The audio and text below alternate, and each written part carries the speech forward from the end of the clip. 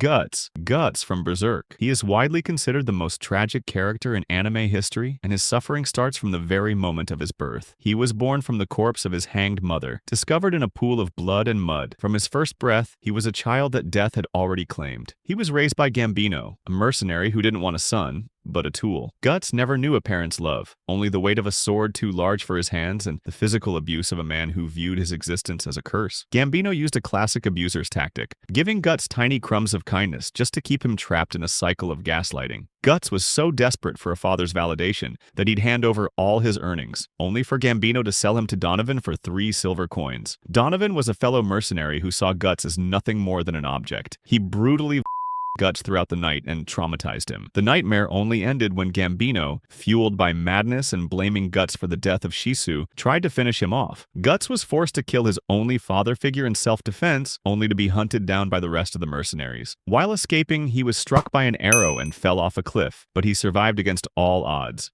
Later, he met Griffith, joined the Band of the Hawk, and lived the rest of his life in absolute peace. Hyakkimaru. If Guts was born into a world that wanted him dead, Hyakkimaru was sold before he even took his first breath. To save his dying land, his own father made a pact with 12 demons, offering his unborn son's body in exchange for prosperity. He was born as a living nightmare, a raw, skinless lump of flesh with no eyes, no ears, no limbs, and no voice. His father ordered him to be thrown into a river to die. He drifted down the river in a small boat until he was found by a doctor named Jukai. Jukai saw a soul that refused to die inside that pile of flesh, so he rebuilt him. He crafted a body out of wood and metal, fitting him with prosthetic limbs and masks to give him a human shape. He survived by using the blades Jukai installed in his arms to hunt the demons and reclaim his stolen body parts. Denji from Chainsaw Man. His life began in a cycle of debt and starvation. After his father died, the Yakuza forced Denji to pay off a massive inheritance debt. He spent his childhood living in a shack, eating nothing but scraps of bread and cardboard just to stay alive. To keep the Yakuza from killing him, he was forced to sell his kidney, his right eye, and even one of his testicles on the black market. His only companion was Pochita, a small chainsaw devil he saved. They spent years hunting devils together, earning barely enough to pay the interest on his father's debt. Then the Yakuza finally betrayed him. They lured Denji into a trap, slaughtered him before throwing him in a dumpster like trash. He only survived because Pochita sacrificed himself to become Denji's heart, reviving his mangled corpse as a human-devil hybrid. Uchiha Sasuke from Naruto. One evening, as he was returning home from the academy, he noticed the Uchiha district was eerily silent. The lively streets he knew were suddenly filled with shadows and the stench of blood.